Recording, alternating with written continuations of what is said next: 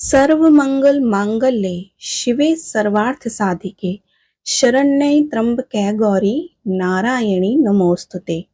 हर महीने शुक्ल पक्ष की अष्टमी तिथि के दौरान दुर्गा अष्टमी का उपवास किया जाता है और इस दिन श्रद्धालु दुर्गा माता की पूजा करते हैं और उनके लिए पूरे दिन का व्रत करते हैं। मुख्य दुर्गा अष्टमी, जिसे महाअष्टमी कहते हैं, अश्विन माह में 9 दिन के शारदीय नवरात्रि उत्सव के दौरान पड़ती है। संस्कृत की भाषा में दुर्गा शब्द का अर्थ होता है अपराजित, अर्थात जो किसी से भी कभी भी पराजित नहीं हो, और अष्टमी का अर्थ होता है 8वां दिन।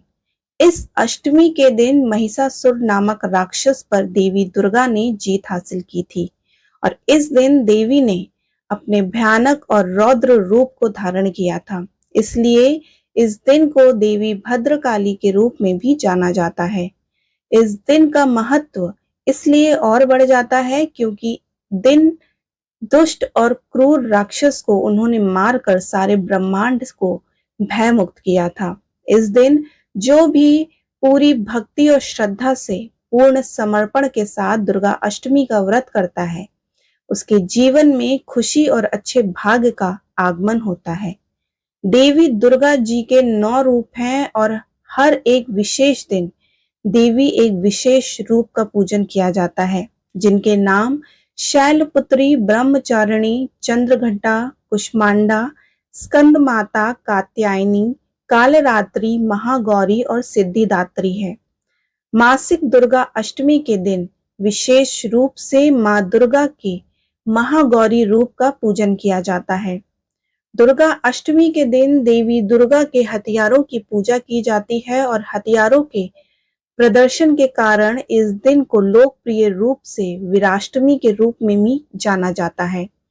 दुर्गा अष्टमी के दिन भक्त सुबह जल्दी से स्नान करके देवी दुर्गा से प्रार्थना करते हैं और पूजन के लिए लाल फूल, लाल चंदन, दिया, धूप इत्यादि इन सामग्रियों से पूजा करते हैं और देवी को अर्पण करने के लिए विशेष रूप से नैवेद्य को तैयार किया जाता है। दुर्गा अष्टमी के दिन विशेषकर जो 6 वर्ष से 12 वर्ष की आयु वर्ग की कन्याओं के 5, 7, 9 और 11 के समूह को भोजन के लिए आमंत्रित कर उनके स्वागत में उनके पांव को पहले धोया जाता है, फिर उनका पूजन किया जाता है।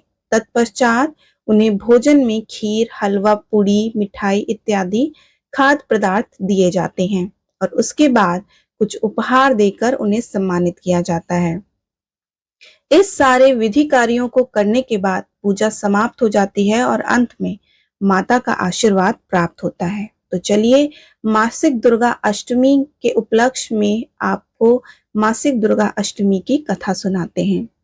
प्राचीन समय में दुर्गम नामक एक दुष्ट और क्रूर दानव रहता था।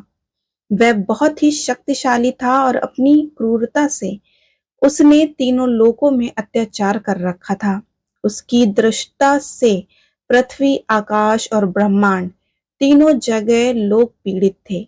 उसने ऐसा आतंक फैलाया था कि आतंक के डर से सभी देवता कैलाश में चले गए, क्योंकि देवता उसे मार नहीं सकते थे और ना ही उसे सजा दे सकते थे। सभी देवता ने भगवान शिव जी से इस बारे में हस्तक्षेप करने का आग्रह किया। अंत में विष्णु, ब्रह्मा और सभी देवता के साथ मिलकर भगवान शंकर ने एक मार्ग निकाला और सब ने अपनी ऊर्जा अर्थात अपनी शक्तियों को साझा करके संयुक्त रूप से शुक्ल पक्ष की अष्टमी को देवी दुर्गा को जन्म दिया। उसके बाद उन्होंने उन्हें सबसे शक्तिशाली हथियार को देकर दानव के साथ एक कठोर युद्ध को छेड़ दिया। फिर देवी दुर्गा ने उसको बिना किसी समय को लगाए तुरंत दानव का संहार किया। वह दानव दुर्गसेन के नाम से भी जाना जाता है। उसके बाद तीनों लोकों में खुशियों के साथ ही जयकारे लगने लगे और इस दिन को ही दुर्गा अष्टमी की उत्पत्ति हुई थी। इस दिन बुराई पर अच्छाई की जीत हुई थी। जय माता दी।